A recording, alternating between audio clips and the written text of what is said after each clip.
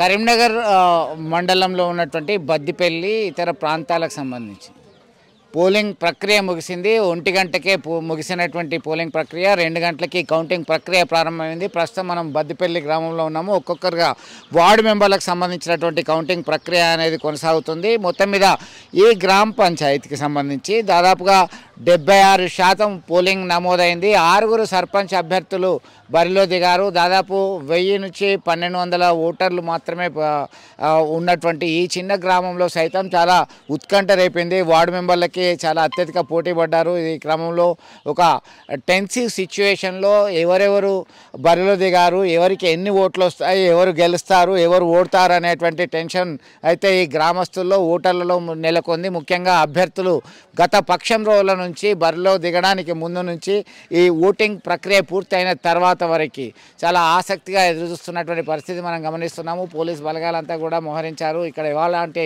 అవాంఛనీయ ఘటనలు జరగకుండా ముందస్తు జాగ్రత్తలు చర్యలు తీసుకున్నారు. ఇక మెట్పల్లి ప్రాంతంలో ఒక ఓటరు మత్తులో వచ్చిన తర్వాత ఆయన సర్పంచ్ బ్యాలెట్ పత్రానికి సంబంధించి ఆయన నోట్లో వేసుకొని మింగి అక్కడే వేయడం జరిగింది. వార్డు మెంబర్కి సంబంధించినటువంటి బ్యాలెట్ పత్రాన్ని సైతం మింగి బయటపడేశాడు. ఇది గమనించినటువంటి ఎన్నికల సిబ్బంది అతన్ని పట్టుకొని మందలించిన తర్వాత పోలీసులకు అప్పగిస్తే పోలీసులు కేసు నమోదు చేయడం జరిగింది.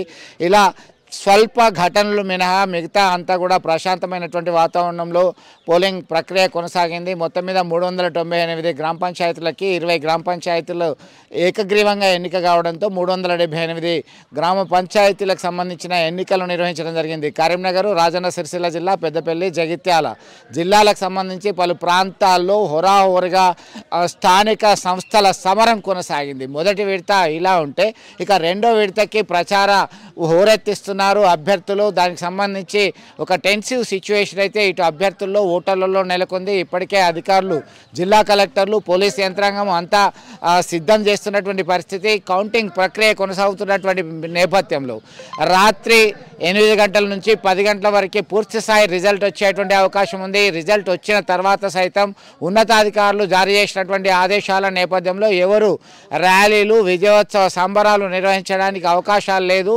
11:59 వరకు ఒక నిషేధాజ్ఞలు విధిస్తూ ఉత్తర్వులు జారీ చేశారు. ఎవరైనా ఉల్లంఘిస్తే చట్టరీత్యా చర్యలు చేపడతామని చెప్పేసి వార్నింగ్ ఇవ్వడం జరిగింది. ఈ క్రమంలోనే ముందస్తు చర్యలు చేపడుతున్నారు. పోలీసులో స్ట్రైకింగ్ ఫోర్స్ సిద్ధంగా ఉన్నది, క్విక్ రియాక్షన్ టీమ్ సిద్ధంగా ఉన్నది. ఎక్కడికక్కడ మానిటరింగ్ చేస్తున్నారు. ప్రతి పోలింగ్ సెంటర్ వద్ద ఒక సిఐ పర్యవేక్షణలో ఎస్ఐలు, హెడ్ కానిస్టేబుల్స్ అందరూ కూడా లా అండ్ ఆర్డర్ సిచ్యువేషన్లో ఎలాంటి ఇబ్బంది లేకుండా చూస్తున్నటువంటి పరిస్థితి మనం గమనించవచ్చు.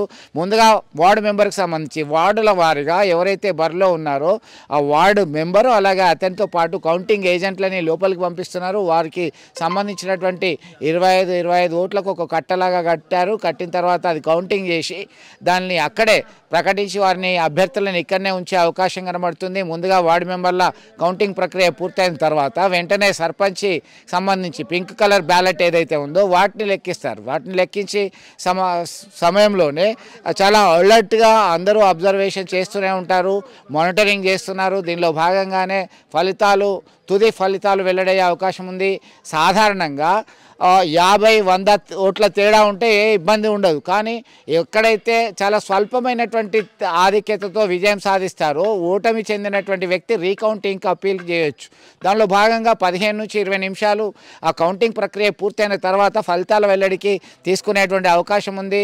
అన్ని జాగ్రత్తలు తీసుకున్న తర్వాతనే ఎలాంటి ఇబ్బంది లేకుండా, ఎలాంటి సమస్య తలెత్తకుండా ముందస్తు చర్యలు తీసుకున్న తర్వాతనే గెలిచే అభ్యర్థులని ప్రకటించేటువంటి అవకాశం ఉంది. దీనిలో భాగంగానే ఇప్పటికే రాష్ట్ర ఎన్నికల కమిషనర్ ఇచ్చినటువంటి ఆదేశాలని జిల్లా స్థాయి అధికారులు, ఎక్కడైతే ప్రిసైడింగ్ అధికారులు, రిటర్నింగ్ ఆఫీసర్లకి వారు ఇచ్చినటువంటి శిక్షణలో చెప్పడం జరిగింది. ఒక హైరార్కీ సిస్టంలో కోఆర్డినేషన్తో పనిచేయడం వల్లనే ఎన్నికలు అనేటివి పూర్తి చేయడం జరిగింది. కౌంటింగ్ ప్రక్రియ అయితే మనం కంటిన్యూ అవుతున్నటువంటి పరిస్థితిని గమనించవచ్చు. వీడియో జర్నలిస్ట్ సుమంత్తో కలిసి చంద్రశేఖర్, RTV, బద్దిపల్లి నుంచి. Local to global news at your finger tips. మీ చేతిలో ఒక ఆయుధం. Download raw TV app. Media legend Ravi Prakash is back.